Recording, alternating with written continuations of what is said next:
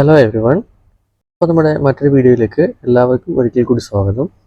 അപ്പോൾ ഇന്നത്തെ വീഡിയോയിൽ നമ്മൾ ചെയ്യുന്നത് നെക്സ്റ്റ് ജെ എസിൻ്റെ കുറച്ച് ബേസിക് ആയിട്ടുള്ള കാര്യങ്ങളാണ്. അപ്പോൾ കഴിഞ്ഞ ഒരു വീഡിയോയിൽ നമ്മൾ നെക്സ്റ്റ് ജെ എസിൻ്റെ പ്രൊജക്റ്റ് ക്രിയേഷൻ ചെയ്ത് നോക്കിയിട്ടുണ്ടായിരുന്നു. അപ്പോൾ അത് ചെയ്യാത്ത ആൾക്കാരുണ്ടെങ്കിൽ ഈ വീഡിയോ കാണുന്നതിന് മുമ്പ് ആ വീഡിയോ ഒന്ന് കണ്ടതിന് ശേഷം ഇതിലേക്ക് വരുന്നതായിരിക്കും നല്ലത്. അപ്പോൾ ആ വീഡിയോയുടെ ലിങ്ക് ഡിസ്ക്രിപ്ഷനിൽ കൊടുക്കാം, ഐ ബട്ടണിലും കൊടുക്കാം. അപ്പോൾ നമുക്ക് ഇന്നത്തെ വീഡിയോയിലേക്ക് കിടക്കാം. ഞാൻ നേരത്തെ പറഞ്ഞതുപോലെ നെക്സ്റ്റ് ജെ എസിൻ്റെ കുറച്ച് ബേസിക് ആയിട്ടുള്ള കാര്യങ്ങളാണ് നമ്മളിവിടെ നോക്കുന്നത്. അപ്പോൾ എന്തൊക്കെയാണെന്നുള്ളത് നമുക്കൊന്ന് നോക്കാം. അപ്പോൾ പ്രധാനമായും നമ്മൾ 3 കാര്യങ്ങളാണ് ഇന്നത്തെ വീഡിയോയിൽ കവർ ചെയ്യുന്നത്. അതിലൊന്ന് സ്ക്രീനിൽ കാണുന്ന പോലെ basic structure of next J S project. ഒരു നെക്സ്റ്റ് ജെ എസ് പ്രൊജക്റ്റിൻ്റെ ബേസിക് സ്ട്രക്ചർ എന്തൊക്കെയാണ്. രണ്ടാമതായി how to edit pages or components. നമ്മളൊരു പേജ് അഥവാ കോമ്പണൻറ്റ് എന്നാണ് നമ്മൾ നെക്സ്റ്റ് ജെ എസിൽ ഓരോ ഫയൽസിനെയും നമ്മൾ പറയുന്നത്. അപ്പോൾ ആ കോമ്പണൻറ്റ് നമ്മൾ എങ്ങനെയാണ് ബേസിക്കലി എഡിറ്റ് ചെയ്യുന്നത്. ഇനി മൂന്നാമതായി how to display an image. ഒരു സിമ്പിളായിട്ടുള്ള ഒരു JPG ഇമേജ് നമ്മൾ എങ്ങനെയാണ് നെക്സ്റ്റ് ജെ എസ് കോമ്പണൻറ്റിലൂടെ ഡിസ്പ്ലേ ചെയ്യുന്നത്. ഇത്രയും 3 കാര്യങ്ങളാണ് നമ്മൾ മെയിനായിട്ട് ഇന്ന് ചെയ്യാൻ വേണ്ടി പോകുന്നത്. അപ്പോൾ നമുക്ക് പ്രാക്ടിക്കലിൽ കിടക്കാം. ഓക്കെ, അപ്പോൾ നമുക്ക് പ്രാക്ടിക്കലിൽ കിടക്കാം. ഞാൻ ആദ്യം എൻ്റെ പ്രൊജക്റ്റ് ഒന്ന് ഓപ്പൺ ചെയ്യാണ്. കഴിഞ്ഞ വീഡിയോയിൽ നമ്മൾ നെക്സ്റ്റ് ജെ എസിൻ്റെ പ്രൊജക്റ്റ് ക്രിയേറ്റ് ചെയ്തിട്ടുണ്ടായിരുന്നു. ആ സെയിം പ്രൊജക്റ്റ് തന്നെയാണ് ഞാനിവിടെ ഉപയോഗിക്കുന്നത്. ഓക്കെ, അപ്പോൾ ഇതാണ് എൻ്റെ പ്രൊജക്റ്റ്, മൈ നെക്സ്റ്റ് ആപ്പ് എന്ന് പറയുന്ന പ്രൊജക്റ്റ്. അപ്പോൾ ഇത് ഞാൻ ഡബിൾ ക്ലിക്ക് ചെയ്തു. ഇനി ഇവിടെ അഡ്രസ് ബാറിൽ കമാൻഡ് പ്രോംപ്റ്റ് എടുക്കുക.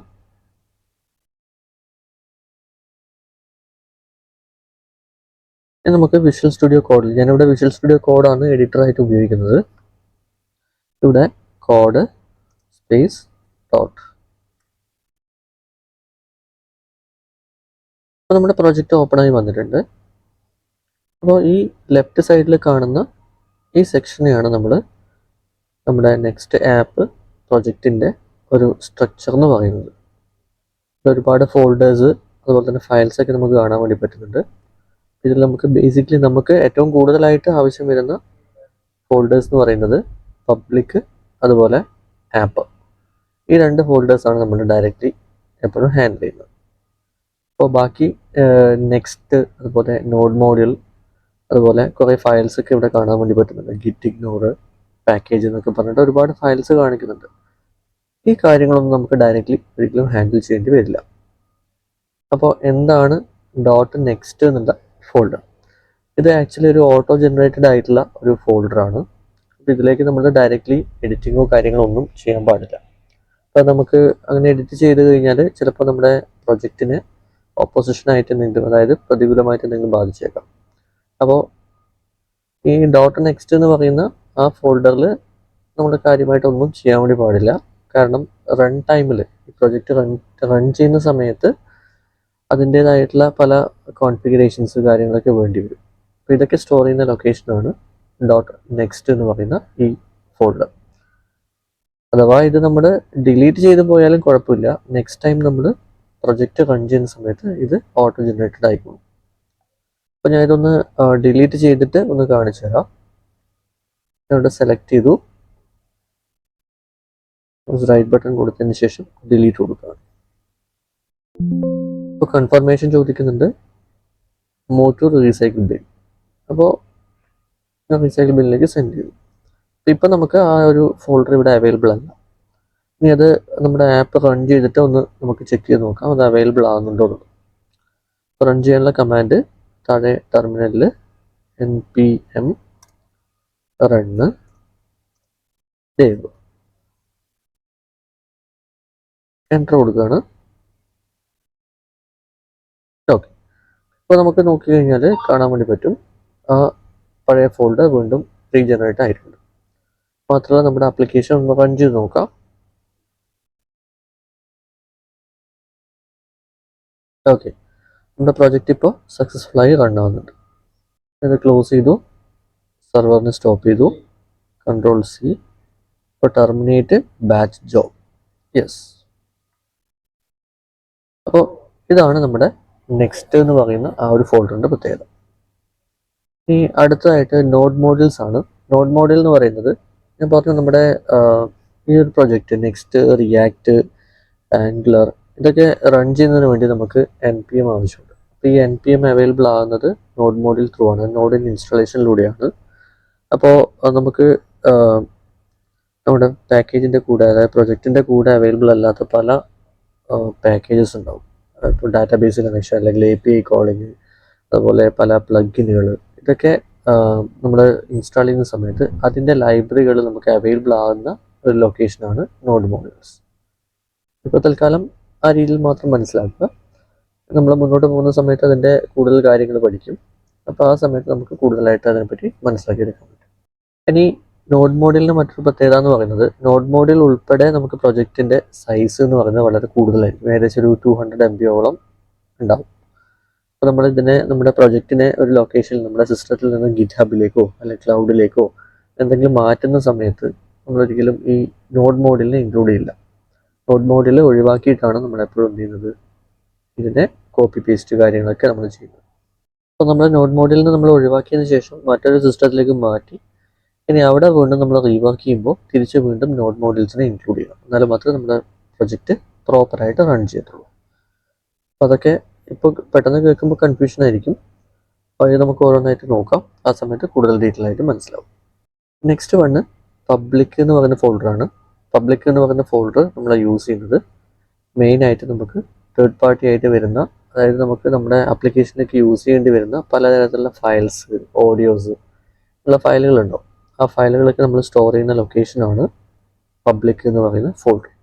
ഇനി SRC ആപ്പ്. SRC എന്ന് പറയുന്നത് സോഴ്സ് എന്നാണ്, ആപ്പ് മീൻസ് ആപ്ലിക്കേഷൻസ്. അപ്പോൾ ഇതിൻ്റെ ഉള്ളിലാണ് നമ്മൾ നമ്മുടെ ആപ്ലിക്കേഷനിലേക്ക് വേണ്ടി വരുന്ന പല രീതിയിലുള്ള കോമ്പണൻറ്റുകൾ, അതായത് പല പേജുകളുണ്ടാവും വെബ്സൈറ്റിന്, അല്ലെങ്കിൽ നമ്മൾ ക്രിയേറ്റ് ചെയ്യുന്ന സോഫ്റ്റ്വെയർ. അപ്പോൾ ഇതൊക്കെ നമ്മൾ ക്രിയേറ്റ് ചെയ്ത് വെക്കുന്ന ലൊക്കേഷൻ എന്ന് പറയുന്നത് ഈ കാണുന്ന ആപ്പ് ഫോൾഡറിലാണ്. അതിൻ്റെ ഉള്ളിൽ നമുക്ക് ഓരോ കോമ്പണൻറ്റിനും നമുക്ക് ഓരോ ഫോൾഡർ ക്രിയേറ്റ് ചെയ്തിട്ട് ചെയ്യാം. ചെറിയ പ്രൊജക്റ്റുകളൊക്കെ ആണെങ്കിൽ നമുക്ക് ഡയറക്റ്റായിട്ട് ഇപ്പോൾ ഈ കാണുന്ന ലേ ഔട്ട്, അതുപോലെ പേജസ് എന്നൊക്കെ കൊടുത്തതുപോലെ സിമ്പിളായിട്ടുള്ള പേജുകളൊക്കെ ക്രിയേറ്റ് ചെയ്യാം. അതൊക്കെ നമ്മുടെ ഓരോ സൗകര്യം പോലെയാണ്. അതുപോലെ തന്നെ CSS ഫയൽസ്, ഇതൊക്കെ നമ്മൾ ക്രിയേറ്റ് ചെയ്ത് വെക്കുന്ന ലൊക്കേഷൻ എന്ന് പറയുന്നത് ആപ്പ് ഡയറക്ടറിയിലായിരിക്കും. നെക്സ്റ്റ് നമ്മൾ നോക്കുന്നത് ഗിറ്റ് ഇഗ്നോർ ആണ്. ഗിറ്റ് ഇഗ്നോർ എന്ന് പറയുന്നത് നമ്മുടെ ആപ്ലിക്കേഷന് പാക്കേജ് ചെയ്യുന്ന സമയത്ത് അല്ലെങ്കിൽ GitHubലേക്ക് ലോഡ് ചെയ്യുന്ന സമയത്ത് നമുക്ക് എന്തെങ്കിലും കണ്ടന്റുകൾ ഇഗ്നോർ ചെയ്യണമെന്നുണ്ടെങ്കിൽ ആ കാര്യങ്ങൾ, ആ ഒരു സ്റ്റേറ്റ്മെൻറ്റുകളൊക്കെ നമ്മൾ കൊടുക്കുന്നത് ഈ കാണുന്ന ഗിറ്റ് ഇഗ്നോറിലായിരിക്കും. ഇവിടെ കുറേ നമ്മൾ പ്രൊഡക്ഷൻ എന്നൊക്കെ പറഞ്ഞിട്ട് കുറേ കാര്യങ്ങൾ കൊടുത്തിട്ടുണ്ട്. ഈ കാര്യങ്ങളൊന്നും നമുക്ക് എന്ത് ചെയ്യില്ല, GitHubലേക്ക് ലോഡാകില്ല. അതാണ് ഗിറ്റ് ഇഗ്നോർ എന്ന് പറയുന്ന ഫയൽ. പിന്നെ വരുന്നത് പാക്കേജ് JSON. പാക്കേജ് JSON എന്ന് പറയുന്നത് നമ്മുടെ ആപ്ലിക്കേഷൻ്റെ വേർഷൻ, അതുപോലെ തന്നെ പല രീതിയിലുള്ള സ്ക്രിപ്റ്റുകൾ, പല രീതിയിലുള്ള പ്ലഗിനുകൾ, ഇതിൻ്റെയൊക്കെ ഡിപ്പെൻഡൻസികൾ, അതായത് അതിൻ്റെ കോൺഫിഗറേഷൻസ് എന്നൊക്കെ പറയും. ഈ കാര്യങ്ങളൊക്കെ നമ്മൾ അതിൻ്റെ കോൺഫിഗറേഷൻ സെറ്റ് ചെയ്ത് വെക്കുന്ന ഭാഗം ഈ കാണുന്ന പാക്കേജ് JSON എന്ന് പറയുന്ന ഫയലാണ്. ഇവിടെ തന്നെ നമുക്ക് നേരത്തെ നമ്മൾ ഡൗൺലോഡ് ചെയ്ത അല്ലെങ്കിൽ നേരത്തെ നമ്മൾ ഇൻസ്റ്റാൾ ചെയ്യുന്ന സമയത്ത് വന്ന ESLint, അതുപോലെ തന്നെ റിയാക്റ്റിൻ്റെതായിട്ടുള്ള കാര്യങ്ങൾ, ഇതൊക്കെ നമുക്ക് ഇവിടെ വന്നിട്ട് ഇവിടെ കാണാൻ പറ്റും. അപ്പോൾ ഇത്രയാണ് ആക്ച്വലി നമ്മുടെ നെക്സ്റ്റ് പ്രൊജക്റ്റിൻ്റെ ഒരു എന്താ പറയുക, ഒരു ബേസിക് സ്ട്രക്ചറായിട്ട് നമുക്ക് വരുന്നത്. ഓക്കെ, അപ്പോൾ ഇനി നമുക്ക് നമ്മുടെ ഈ ബേസിക് ആയിട്ടുള്ള നമ്മുടെ ഈ ഒരു പേജ്, ഈ പേജിന് നമുക്ക് എങ്ങനെയാണ് എഡിറ്റ് ചെയ്യുക എന്നുള്ളത് നോക്കാം. പേജിൽ ഇപ്പം ഈ ഫയലിൽ ഓൾറെഡി കുറേ ബേസിക് ആയിട്ടുള്ള കോഡുകളുണ്ട്. അതായത് നമുക്ക് വെൽക്കം സ്ക്രീൻ എന്നൊക്കെ നമുക്ക് വേണ്ടിയിട്ട് പറയാം. അതിൽ ഡിഫോൾട്ടായിട്ട് വരുന്ന കുറേ കോഡുകൾ Next.js തന്നെ കൊടുത്തിട്ടുണ്ട്. അപ്പോൾ ഇതിൽ നമുക്ക് ഒന്ന് കോഡുകളൊക്കെ മാറ്റി ഒന്ന് എഡിറ്റ് ചെയ്ത് നോക്കാം. അപ്പോൾ ആദ്യം ഇതിനൊന്ന് റൺ ചെയ്തിട്ട് നമുക്ക് ഔട്ട്പുട്ട് ഒന്ന് ആദ്യം നോക്കാം. npm run dev.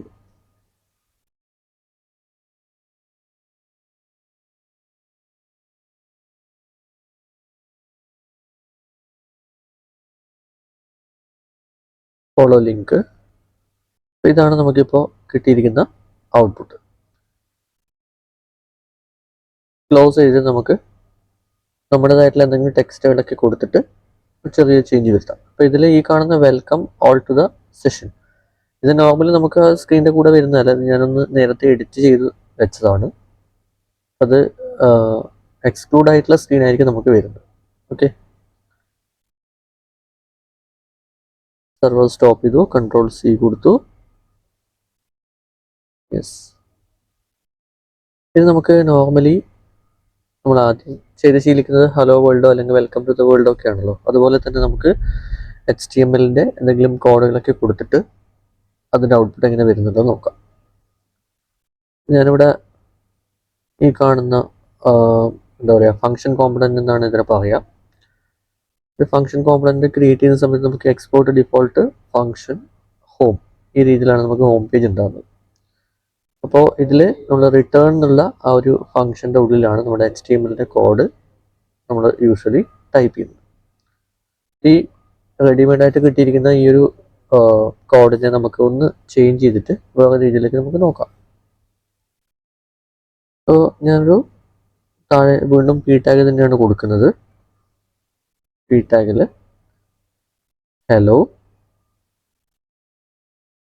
Welcome to the next world, അല്ലെങ്കിൽ hello welcome to the world of Next.js അങ്ങനെ കൊടുക്കാം. Hello welcome to the world of Next.js. Okay, ഒന്ന് സേവ് ചെയ്യാം. Ctrl+S സേവ് ചെയ്തതിന് ശേഷം നമുക്ക് ഇതിൻ്റെ ഔട്ട്പുട്ട് എങ്ങനെയാണ് വരുന്നത് എന്നുള്ളത് നോക്കാം. HTML കാര്യങ്ങളൊക്കെ അറിയുന്ന ആൾക്കാർ, നോർമൽ HTML കാര്യങ്ങളൊക്കെ അറിയുന്ന ആൾക്കാരാണ് റിയാക്റ്റിലേക്കൊക്കെ സഡൻലി വരുന്നത്, Next.js-ലേക്കൊക്കെ സഡൻലി വരുന്നത്. അപ്പോൾ ഈ കോഡുകളൊക്കെ അറിയാത്തവരാണെങ്കിൽ ഒന്ന് HTML ഒന്ന് റെഫർ ചെയ്തതിന് ശേഷം ഇതിലേക്കൊന്ന് വരുന്നതായിരിക്കും കുറച്ചുകൂടെ ഈസി ആയിട്ടുണ്ടാവുക. അപ്പോൾ നമുക്കിതിനൊന്ന് റൺ ചെയ്ത് നോക്കാം. npm run dev.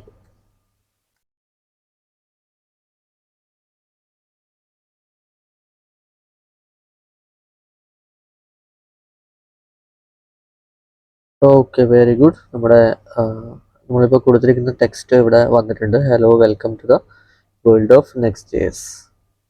ഇനി തന്നെ നമുക്കൊന്ന് ഏതെങ്കിലും ഹെഡിങ് ടാഗോ എന്തെങ്കിലും ഒരു ടാഗ് വെച്ചിട്ടൊന്ന് റീക്രിയേറ്റ് ചെയ്ത് നോക്കാം. ഞാനിവിടെ H3 എന്നുള്ള ടാഗാണ് യൂസ് ചെയ്യുന്നത്. H3 welcome. ഓക്കെ, ഒന്ന് സേവ് ചെയ്ത് കൊടുക്കാം. Ctrl+S. ഓക്കെ, അപ്പോൾ ഞാനിവിടെ സെർവർ സ്റ്റോപ്പ് ചെയ്തിട്ടില്ല നേരത്തെ, അതുകൊണ്ട് തന്നെ ഹോട്ട് ലോഡ് മോഡലിലാണ് ഇത് വരുന്നത്. അതായത് സെർവർ ഓട്ടോമാറ്റിക്കായിട്ട് റീഫ്രഷ് ആവും. അപ്പോൾ നമുക്കിവിടെ സെർവർ, നേരത്തെയുള്ള സെർവർ തന്നെ ഒന്ന് ഓണാക്കി നോക്കാം. ഓക്കെ, ഞാൻ കൊടുത്ത ടെക്സ്റ്റ് അത് കുറച്ചുകൂടെ ഹൈലൈറ്റ് ആയിട്ട് വന്നിട്ടുണ്ട്. ഹേയ് വെൽക്കം എന്ന് പറഞ്ഞിട്ട് വന്നിട്ടുണ്ട്. അപ്പോൾ ഇങ്ങനെയാണ് നമ്മൾ ഒരു ഓൾറെഡി ഉള്ള കോമ്പണൻറ്റ് സ്ക്രാച്ചിൽ നിന്നെന്ന് വെച്ച് കഴിഞ്ഞാൽ ഫുള്ളി കോഡ് നമ്മൾ A to Z കോഡ് നമ്മൾ തന്നെ ക്രിയേറ്റ് ചെയ്യുന്നു. ഇതിപ്പോൾ റെഡിമെയ്ഡ് ആയിട്ടുള്ള കോഡിലാണ് ഞാൻ ചേഞ്ചസ് എടുത്തിരിക്കുന്നത്. സ്ക്രാച്ച് പ്രോഗ്രാമിംഗ് എങ്ങനെ ചെയ്യാന്നുള്ളത് കുറച്ചുകൂടെ മുന്നോട്ട് പോയതിന് ശേഷം നമുക്കത് ഡീറ്റെയിൽ ആയിട്ട് നോക്കാം. ഇപ്പോൾ റെഡിമെയ്ഡ് ആയിട്ടുള്ള കോഡാണ് ഞാൻ ചെയ്തിരിക്കുന്നത്. ഇനി സെർവറിൽ നിന്ന് സ്റ്റോപ്പ് ചെയ്യാം.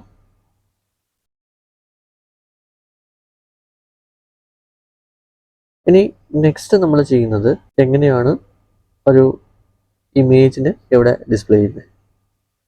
ഇമേജ് ഓൾറെഡി നമ്മളിവിടെ Next.js ഒരു ഇമേജ് റെഡിമെയ്ഡ് ആയിട്ട് ഇവിടെ കാണിക്കുന്നുണ്ട്. ഇനി നമുക്ക് നമ്മുടേതായിട്ടുള്ളൊരു കസ്റ്റം ഇമേജ് എങ്ങനെയാണ് ഡിസ്പ്ലേ ചെയ്യുന്നത്.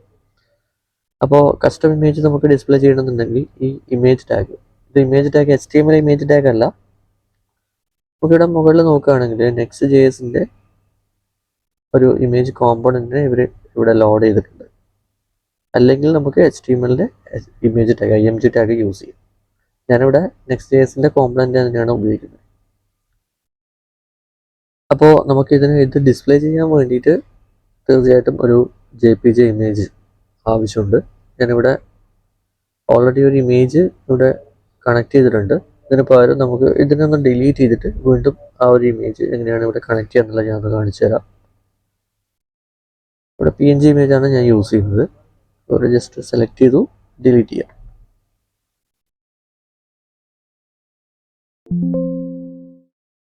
ഓക്കെ, ഡിലീറ്റ് ചെയ്തിട്ടുണ്ട്. അപ്പോൾ ഞാൻ എൻ്റെ പ്രൊജക്റ്റിന് വെളിയിൽ വെച്ചിട്ട് ആ സെയിം ഇമേജിനെ ഞാൻ ഒന്നുകൂടെ കോപ്പി ചെയ്ത് ഇവിടെ കണക്ട് ചെയ്യണം. ഇവിടെ മൈ നോഡ് .png സെലക്ട് ചെയ്യാം, ഒന്ന് കോപ്പി ചെയ്യാം, Ctrl+C. അതിനുശേഷം ഞാൻ നമ്മുടെ പ്രൊജക്റ്റ് സെലക്ട് ചെയ്തു. ഇതിനുള്ളിൽ പബ്ലിക്കിൽ ഇവിടെ ഞാൻ പേസ്റ്റ് ചെയ്തു. ഓക്കെ, ഇനി ഞാൻ എൻ്റെ പ്രൊജക്റ്റ് വിഷ്വൽ സ്റ്റുഡിയോ കോഡ് ഒന്ന് ഓപ്പൺ ആക്കുകയാണ്. റെഡി. ഇവിടെ നമുക്ക് ആ ഒരു ഫയൽ ഇവിടെ വന്നിട്ടുണ്ട്. ഇനി എന്ത് ചെയ്യാം, നമുക്കിതിനെ ഇവിടെ ഒന്ന് കണക്ട് ചെയ്യാം. അപ്പോൾ ഇതിൽ മെയിനായിട്ട് വേണ്ടുന്ന ആട്രിബ്യൂട്ട്സ് എന്ന് പറയുന്നത് SRC, Alt, height, width, priority. ഇത്രയും കാര്യങ്ങൾ നോർമലായിട്ട് നമുക്ക് അതിൻ്റെ കൂടെ വേണ്ടി വരും. ഇല്ലെങ്കിൽ നമ്മൾ ആപ്ലിക്കേഷൻ റൺ ചെയ്യുന്ന സമയത്ത് ചിലപ്പോൾ എറേഴ്സ് വരാൻ സാധ്യതയുണ്ട്. അപ്പോൾ ഒന്ന് ടൈപ്പ് ചെയ്ത് നോക്കാം.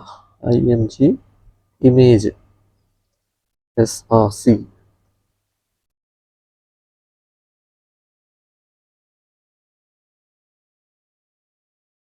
SRCയിൽ മൈ നോഡ്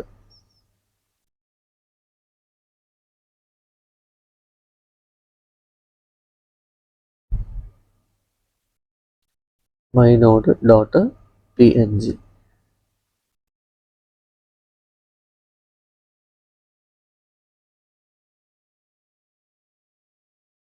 ചിലപ്പോൾ ഇവിടെ ഈ കേളി ബ്രാക്കറ്റ്സ് എടുത്തില്ല എന്ന് വരും. അങ്ങനെയാണെങ്കിൽ നമ്മൾ കോഡ് ചെറിയൊരു ചേഞ്ച് വരുത്തേണ്ടി വരും. നമുക്കൊന്ന് ഇത് മാത്രം കണക്ട് ചെയ്തിട്ട് എങ്ങനെയാണ് ഔട്ട്പുട്ട് വരുന്നത് എന്നുള്ളത് നോക്കാം.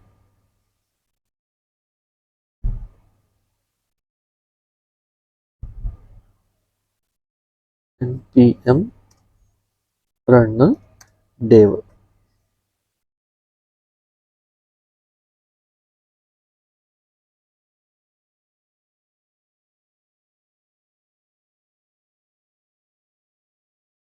നമ്മൾ കൊടുത്ത കോഡിൽ ചെറിയൊരു ഇഷ്യൂ ഉണ്ട്, അതുകൊണ്ട് തന്നെ ഇവിടെ അത് പ്രോപ്പറായിട്ട് വന്നിട്ടില്ല. അപ്പോൾ നമുക്കൊന്നുകൂടെ റീചെക്ക് ചെയ്യേണ്ടി വരും.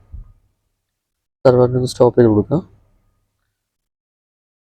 യെസ്, സ്വാഭാവികമായിട്ടും ചോദിക്കാം ഇവിടെ ഇതിന് കോപ്പി ആയിട്ട് അവിടെ തന്നെ കൊടുത്താൽ പോരെ എന്നുള്ള ചോദിക്കാം. അപ്പോൾ അതിനേക്കാൾ നല്ലത് നമുക്ക് എറേഴ്സോട് കൂടി എറേഴ്സിനെ ബഗ് ഫ്രീ ചെയ്തുകൊണ്ട് എങ്ങനെ നോക്കാം എന്നുള്ളതാണ് ഇവിടെ ഞാൻ ഉദ്ദേശിക്കുന്നത്. ഇനി alt ഈക്വൽ ടു ഒരു കണ്ടന്റ് കൊടുക്കാം, നോഡ് വേൾഡ്.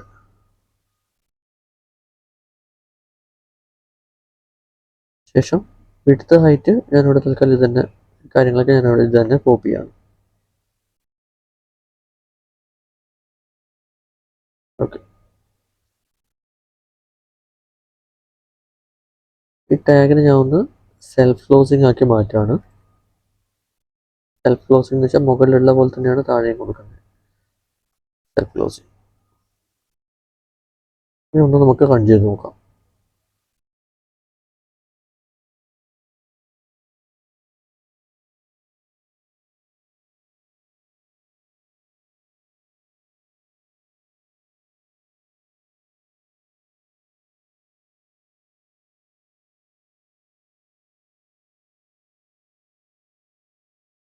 വീണ്ടും അവിടെ തന്നെയാണ് ഇഷ്യൂ കാണിച്ചിരിക്കുന്നത്.